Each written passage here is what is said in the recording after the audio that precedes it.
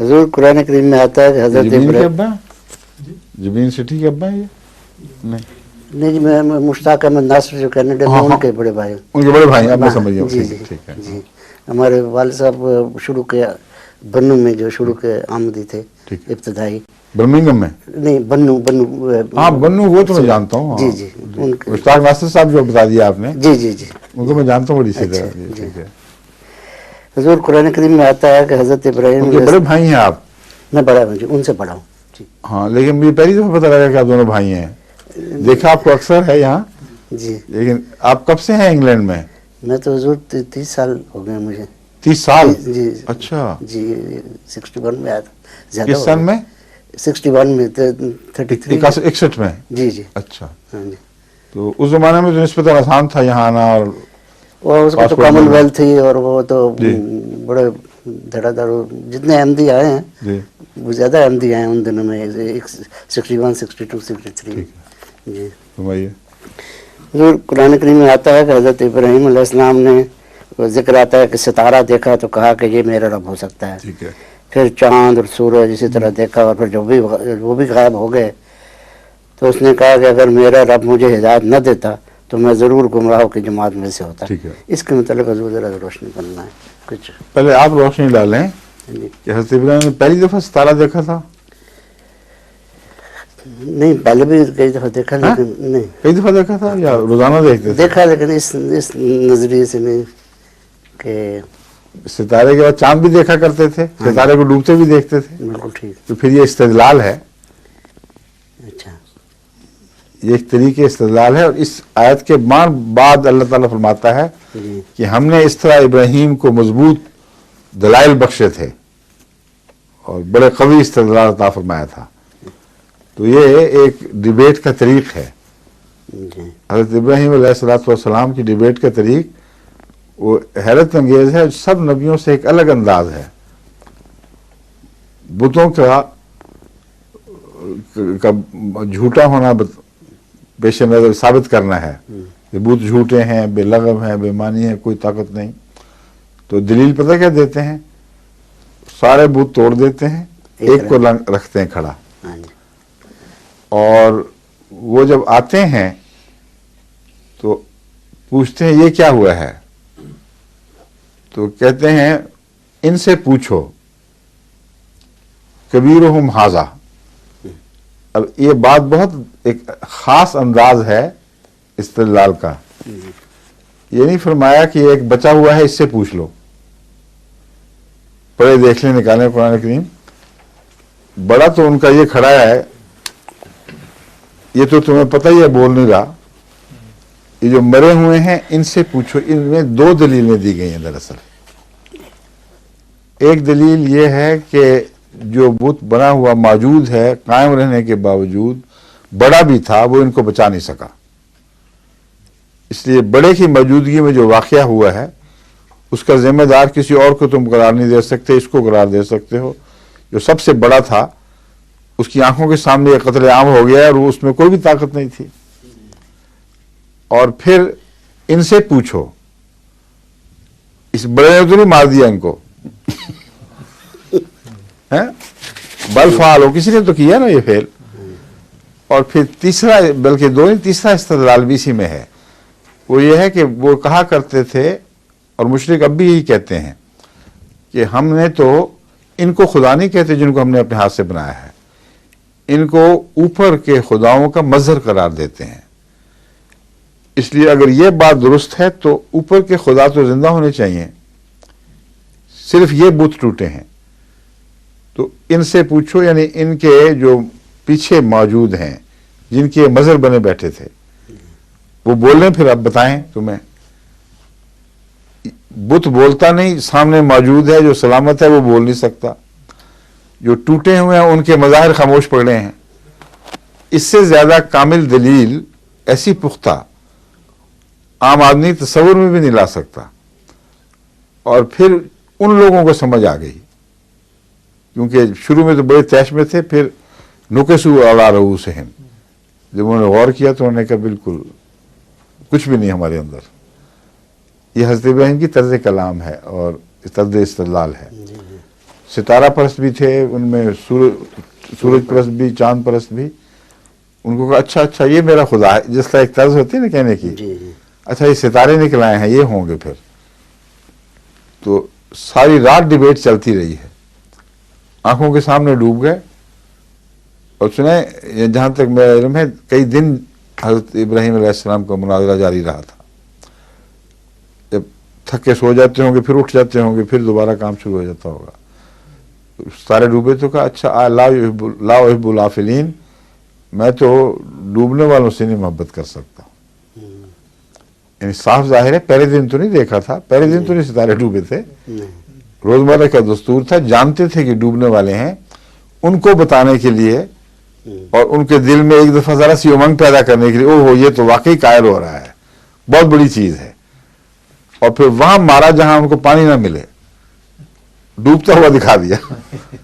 ایک ایک کر کے ان کے ستارے مارے، ان کا چاند مارے، ان کے سورج مار دیے، اور وقتی طور پر ان کے دل میں ایک امنگ بھی پیدا کر دی. اور اس کے نتیجے میں پھر جو کانٹراسٹ ہے وہ بہت زبردست پیدا ہوتا ہے. اچھا اب قابو آیا، یہ اب متصر ہوئے چاند سے. ڈوبا تو سب کچھ لے ڈوبا. سمجھے؟ جی جی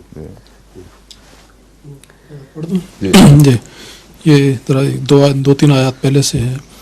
اعوذ باللہ من الشیطان الرجیم. وَتَاللَّهِ لَأَكِيدَنَّ أَصْنَامَكُمْ بَعْدَ أَن تُوَلُّوا مُدْبِرِينَ فَجَعَلَهُمْ جُذَاذًا. یہ جو ہے نا، یہاں سے بات شروع ہونی چاہیے تھی. جی یہ بات نہیں تھی کہ اپنا جرم چھپا رہے ہیں اور کسی اور پر ڈال رہے ہیں. جی یہ جو مفسرین کے بعد لکھ دیتے ہیں اپنی لا علمی کی وجہ سے، وہ حضرت ابراہیم کو جھوٹ کہتے ہیں، جھوٹ بول دیا تھا یہ، نعوذ باللہ طور پر، وقتی طور پر. ہرگز جھوٹ نہیں ہے، پہلے بتا چکے تھے ان کو، میں تمہارے معبودوں سے اب کچھ کرنے والا ہوں. یہ کہنے کے بعد پھر وہ طرز کلام ہرگز اپنے آپ کو بچانے کے لیے ہو ہی نہیں سکتی.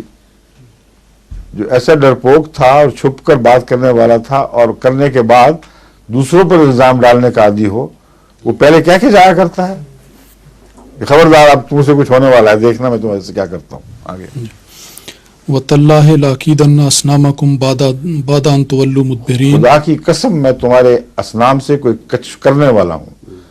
جب تم چلے جاؤ گے تو پھر کروں گا، تمہارے پیچھے کروں گا، لیکن کروں گا ضرور، میں ہی کروں گا. ہاں جی. فَجَعَلَهُمْ جُذَاذًا إِلَّا كَبِيرًا لَهُمْ لَعَلَّهُمْ إِلَيْهِ يَرْجِعُونَ. اس نے ٹکڑے ٹکڑے کر دیا ان کو سوائے بڑے کے.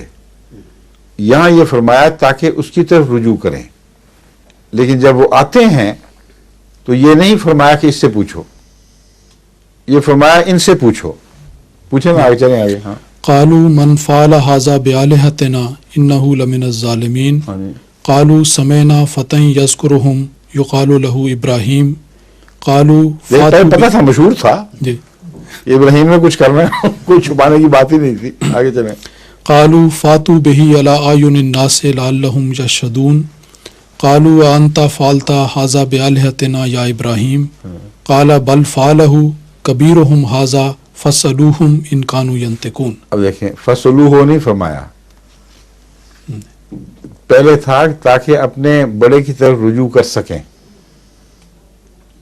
اس لیے وہ سب دلائل جو میں نے بیان کیے 100% اس طرز کلام میں شامل ہیں. اپنی طرف سے میں نے کوئی بات نہیں بنائی. آغاز ہی میں بتا دیا تھا کہ جب بڑا بچہ ہو تو تبھی بات ہے کہ بڑے کی طرف ان کو رجوع کرنا چاہیے. لیکن جب وہ پوچھتے پھرتے ہیں کہ نہیں ہوا، تو حضرت ابراہیم قطعی استدلال یہ کر چکے ہیں اس وقت تک کہ اس بڑے کی ناکامی اور نااہلیت ان پر ثابت ہو چکی. کھڑا رہا یہاں، نہ روک سکا، نہ تم اس سے پوچھ سکے ہو. اگر پوچھا ہوتا تو مجھ سے کیوں پوچھتے؟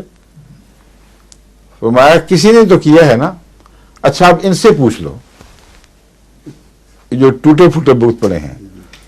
جب سلامت نہ بتا سکے تو ان سے پوچھنے کا کیا مطلب ہے؟ پھر اس کا میں بتا رہا ہوں مفہوم کہ دراصل بت پرست آج بھی یہی کہتے ہیں، پہلے بھی یہی کہا کرتے تھے کہ ہم اتنے بیوقوف نہیں کہ جن کو خود گھڑیں ان کو خدا بنائیں.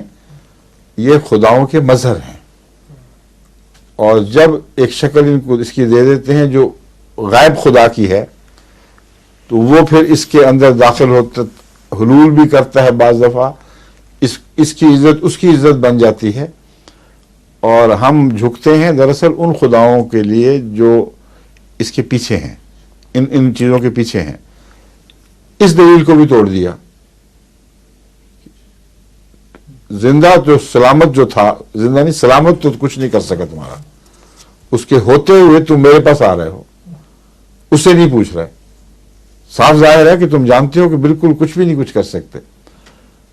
ٹوٹوں ہوئوں سے کی طرف توجہ کرو، اس لیے کہ ان کو تو تکلیف پہنچی ہے نا، ان کو کسی نے مارا ہے، یہ نہیں تو ان کے پیچھے کوئی خدا تھے کہ نہیں، ان کا کام تھا، یہ بت ان کی حفاظت نہیں کر سکا، کوئی غیرت نہیں دکھا سکا، تو وہ جو تم کہتے ہو کہ ان کے پیچھے طاقتیں ہیں، وہی اب رد عمل دکھائیں، ان سے پوچھو۔ تو ان سے پوچھو سے مراد ان طاقتوں سے پوچھو جو اس سے پہلے ہیں، وہ بھی کچھ نہیں کر سکی، نہ روک سکیں نہ جواب دے سکتی ہیں۔ تب نکسوا علی رؤوسہم، فرجعوا الى انفسهم فقالوا انکم انتم الظالمون ثم نکسوا الى رؤوسہم۔ ہاں، وہ الگ ہوئے ہیں آپس میں، اور بے ساختہ ان کی فطرت کی آواز اٹھی ہے، وہ بات سمجھ گئے حضرت ابراہیم علیہ السلام کی، انکم انتم الظالمون، تم ہی ہو جو ظلم کرنے والے ہو، ابراہیم کا کوئی ظلم نہیں ہے۔ بات کھل گئی ہم پر۔ ثم نکسوا علی رؤوسہم، پھر اپنے سرداروں کی طرف متوجہ ہوئے، یا اپنے سر پھینک دیے اور بغلوں میں اپنے گریبان میں جھانکنے لگے، یہ مضمون ہے۔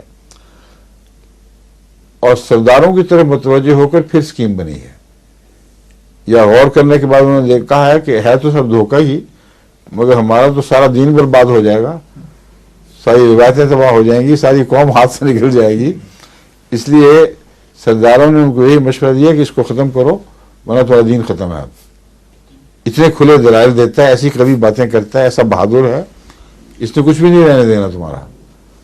تو نکسوا علی رؤوسہم کے بعد پھر یہ فیصلہ کرتے ہیں، کیا ہے فیصلہ؟ ثم نکسوا الى رؤوسہم لقد علمت ما هؤلاء ينطقون۔ اب یہ کہنے کے بعد ابراہیم کو اب کہہ رہے ہیں کہ تجھے پتہ ہے اچھا بھلا یہ بولتے نہیں ہیں، ہم سے جو بلوا رہا ہے تم خود جانتے ہو۔ آگے قال افتعبدون من دون اللہ ما لا ينفعکم شیئا ولا یضرکم اف لکم ولما تعبدون من دون اللہ۔ نفع اس طرح نہیں پہنچا سکے کہ جو بڑا بت تھا وہ موجود رہا اور چھوٹوں کی حفاظت نہیں کر سکا، اور نقصان اس طرح نہیں پہنچا سکتے کہ ابراہیم ان کو توڑ دیتا ہے اور کوئی ضرر ابراہیم کو نہیں پہنچتا۔ تو یہ ہے ان کی حالت، جو نفع نہ پہنچائے، نقصان نہ پہنچائے، اس کی عبادت کیسی؟ آگے قالوا حرقوه وانصروا آلہتکم ان کنتم فاعلین۔ ہر کفر کا یہی راج ہے، ان کو جلاؤ، مارو، کوٹو، ختم کرو، اس کے بغیر بچتے نہیں ہیں ہم۔